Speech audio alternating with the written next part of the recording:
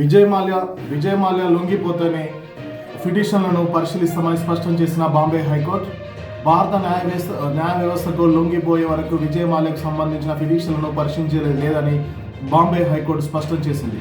పరారీలో ఉన్న ఆర్థిక నేరస్తుల చట్టానికి వ్యతిరేకంగా వ్యాపారవేత్త విజయ్ మాల్యా దాఖలు చేసిన పిటిషన్పై కోర్టు ఈ వ్యాఖ్యలు చేసింది.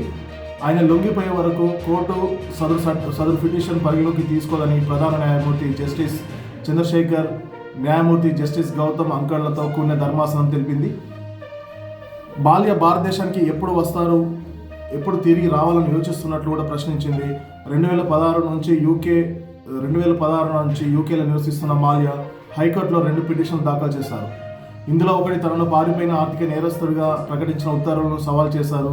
2018 ఎఫ్ఈఓ చట్టం రాజ్యాంగ చెల్లుబాటును ప్రశ్నిస్తూ మరొక పిటిషన్ను దాఖలు చేశారు. ఈ 2 పిటిషన్లు విచారించాలంటే మాల్యా ముందుగా భారత న్యాయవ్యవస్థ పరిధిలోకి రావాలని ఆయన న్యాయవాది అమిత్ దేశాయ్కి కోర్టు సూచించింది.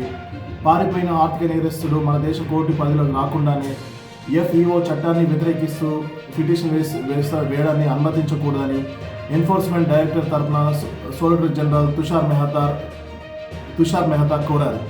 దీంతో ఖచ్చితంగా భారత న్యాయ వ్యవస్థకు విజయ్ మాల్యా లొంగిపోయిన తర్వాతనే అతడు వేసిన 2 పిటిషన్లను పరిశీలిస్తామని బాంబే హైకోర్టు స్పష్టం చేసింది.